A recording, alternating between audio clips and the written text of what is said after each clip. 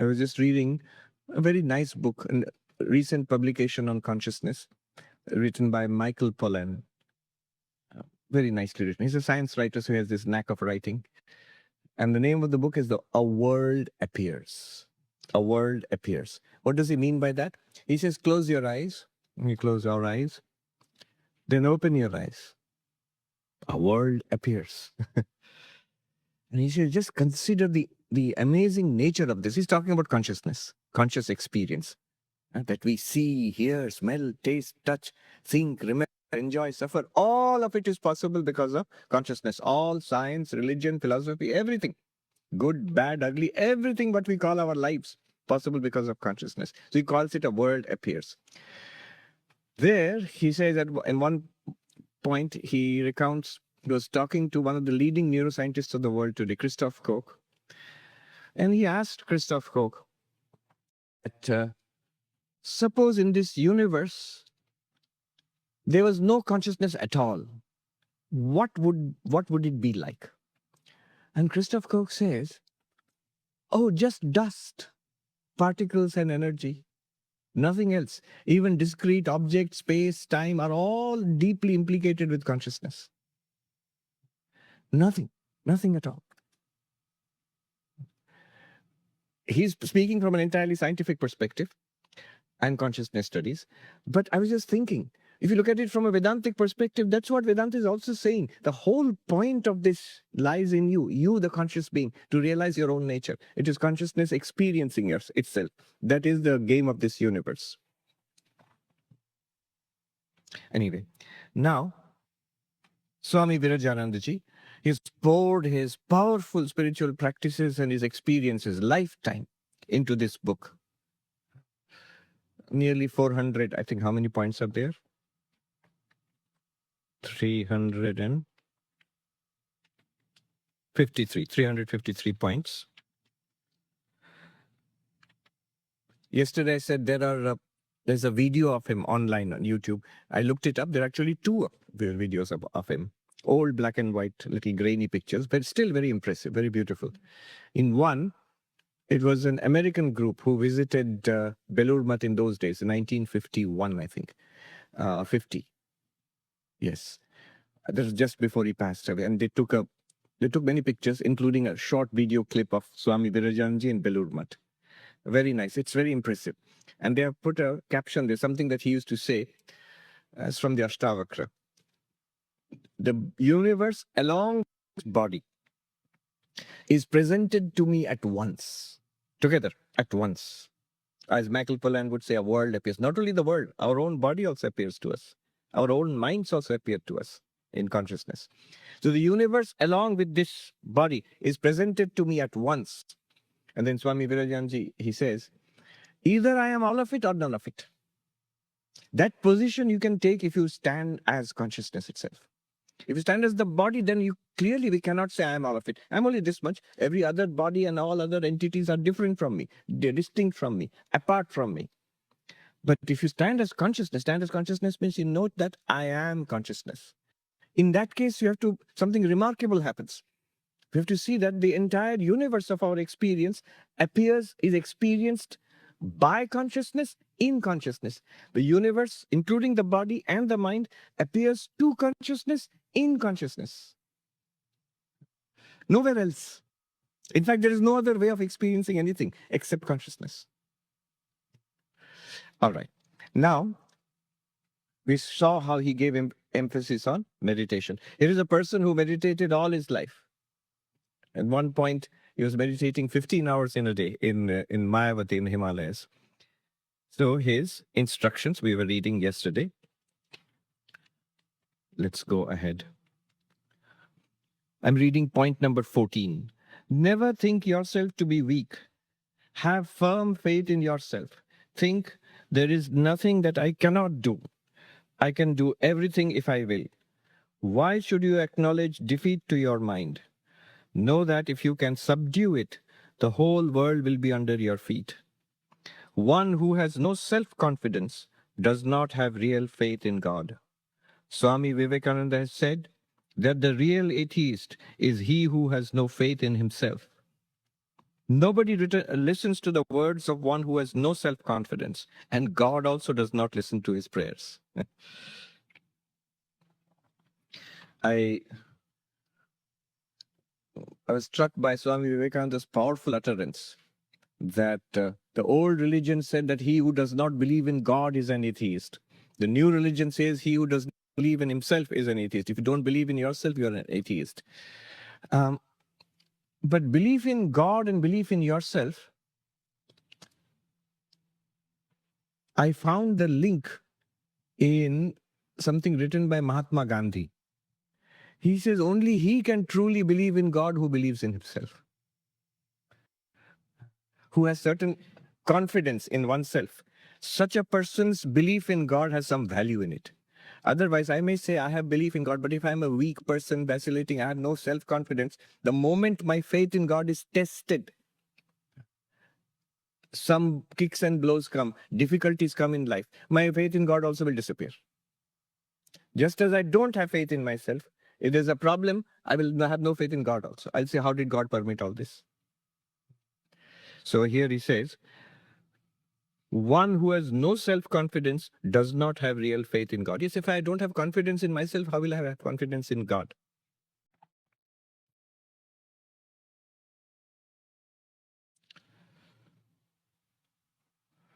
Have firm faith in yourself. Never think yourself to be weak. Think there is nothing I cannot do. I can do everything if I will. There was a psychologist in New York in the 1960s, Albert Bandura, who worked with young people, children. And what he discovered was that in tests, school kids, those kids who had some confidence in themselves, they persisted with difficult problems. And some of them succeeded, sometimes they did not succeed. But those kids who did not have that confidence, the moment they encountered something difficult, say in a maths paper, they skipped over it and went to something else which was easier. Now the thing is, if I try at my hand at something difficult, I may or may not succeed. If I don't try, I'm sure to fail, because there's no chance of succeeding if I don't try at all. Now he asked this question, who tries and who does not try? And he developed this concept of self-efficacy. I'm talking about Albert Bandura. Self-efficacy. It's a term he coined. Self-efficacy. What does it mean? The feeling that I can tackle most problems in life. I have faced many things in life. More or less, I've crossed that. So any mature adult who's completed education, gone through life in ups and downs, all of us, we have some degree of that self-efficacy. Children automatically don't have it. It has to be developed in them. So if you have that self-efficacy, the feeling is, I have faced many things in life. And so let me try this. Now there's a problem here. Let me try to face it. Maybe I can overcome it. Those who don't have that inner feeling, whenever they confront a difficulty, their reaction is, I can't do it. It's too difficult. It's too tough. Can't be done. If I've done many difficult things, another new difficult thing comes. I did all that. I don't even have to think that way. A general sense of, let me try. That is there. That is what Virajananda is saying. Why should you acknowledge defeat to your mind? Know that if you can subdue it, the whole world will be under your feet. This is one of the central ideas of Vedanta. A real change, a real solution usually involves something subjective.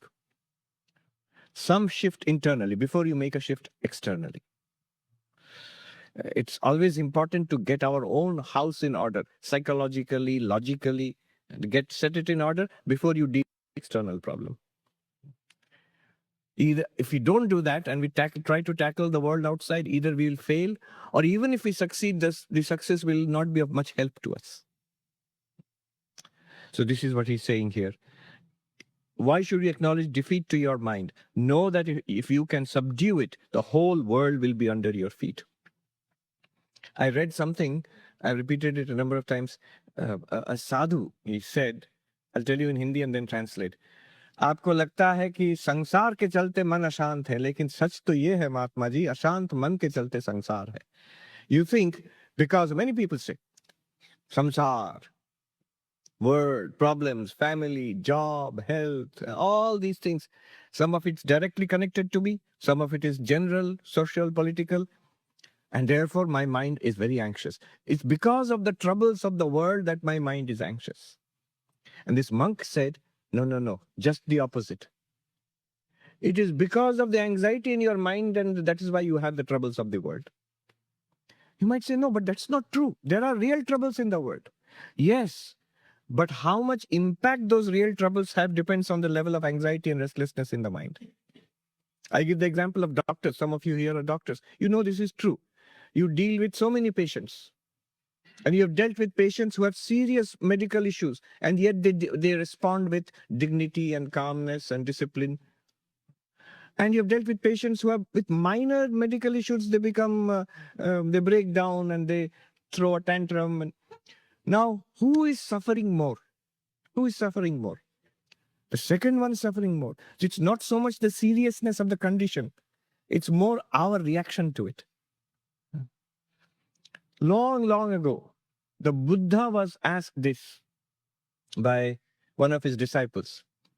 I have a question. What is your question? That, Lord, you taught us that there is suffering in the world. You know the Four Noble Truths of Buddha, suffering in the world, dukkha. And there is a cause of the suffering in the world. Cause is trishna, desire. And there is a solution for the suffering in the world. The solution, a cure. Cure is nirvana, freedom from suffering. And there is a treatment, a method, Ashtanga Marga, the Eightfold Path. We all read it in school, the Four Noble Truths. And suffering, what is the nature of suffering? Old age, disease, death. Buddha saw these sights as a prince. He saw an old person, a sick person, and a dead person. So old age, disease, these are the biggies, the big. There are lots of problems, but these are the big problems in life. So Buddha said, all right, what is your question? You have attained enlightenment. You have attained nirvana. And you are teaching us all these truths, and we are trying to follow you. But old age is coming to all of us. You're also getting old. We are also getting old. Disease is coming to all of us. You also get sick sometimes. We also get sick sometimes. Some of us already died. And I guess one day you too, oh Lord Buddha, one day you too will die. So how have you overcome suffering? Look at the question. Old age, disease, death, these are the nature of suffering. And Buddha said there is a solution to suffering. The solution is nirvana. And there's a method. You practice this, you will get nirvana, you'll be free from suffering. But old age, disease, death are coming to all people who are not your followers. They're also getting old. They get sick. They die. We are your followers. We are also getting old. Some of us are getting sick. Some of us have died. Others will all die one day. So how did we overcome suffering? Good question. Buddha's answer was very, very interesting. This is genuine from the old Pali sources. This is not AI hallucination today. WhatsApp forward. So the Buddha answered, the nature of suffering is like a man hit by two arrows. The first arrow is what the world throws at you. Old age, disease, death, aggravation, problems in life. And the second arrow is our reaction to it. What I am teaching you will remove the problem, the pain caused by the reaction to it. Most of our suffering is caused by our reaction to what the world is throwing at us. If you make a change in the subjective internally, our reaction to it changes, and therefore the so-called problems of the world will not affect you so much. It will be much smaller. It will be as good as almost nothing. This is the nature of spirituality. He's saying that I'm not saying that if you practice what I'm teaching you, you will not become old. You will not get sickness. Physically, you will survive all the time. No, no, no, no. That's not what I'm telling you. I'm telling you the suffering caused by these problems and all other problems, that suffering will not be there. The internal suffering will not be there. Even if old age comes, even if disease comes and death comes, you'll still be calm and perfectly fine. That is the value of spirituality. That's what spirituality does. In the long run, of course, again, an extension. If you attain nirvana or moksha, then no birth, no death. So no old age, no disease, no death ultimately. That's the in the long range. But right now in this life, what can we look forward to? You know the joke about no birth, no death? no birth, no death. This was Swami Madhavanandaji. He was the president of the Ramakrishna order. Virajananda was the president. After him, Shankaranandaji. After him, Vishuddhanandaji. Then Swami Madhavanandaji. So Madhavanandaji, in his old age, he had a brain tumor. In those days, high quality medical procedures were not performed in India at that time. And Madhavanji's friend was Swami Nikhilananda, who was in the Vedanta Society, with the Ramakrishna, the Vivekananda Society in Ramakrishna Vivekananda Center in New York. We have two centers in New York. One is the Vedanta Society of New York, another one is the Ramakrishna Vivekananda Center in New York. So Swami Nikhilananda invited Swami Madhavanji that you come here and I will take care of you. We will arrange all the medical procedures, operation, post-operation care. You stay with us in the ashram here in New York. So Swami Madhavanji went to New York in those days. And he stayed. And this young man who was a nurse, a male nurse, he later became, he was actually a nurse and a physiotherapist. So later he became a monk. He has written his reminiscences of Swami Madhavanji in those days.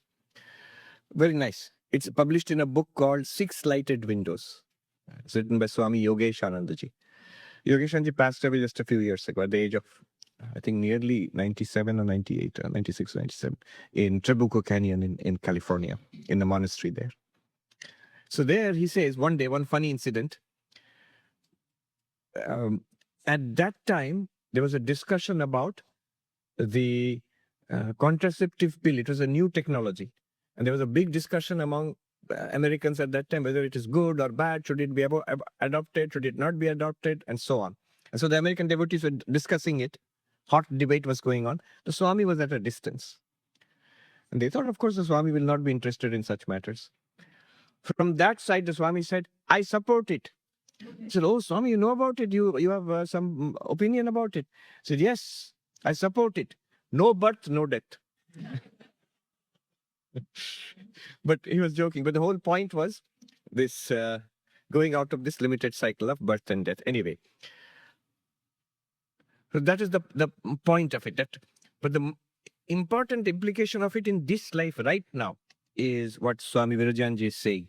If you make that internal change, what can spirituality do for us? It makes that internal change. It takes away the suffering caused by that second arrow. Our reaction to life changes completely.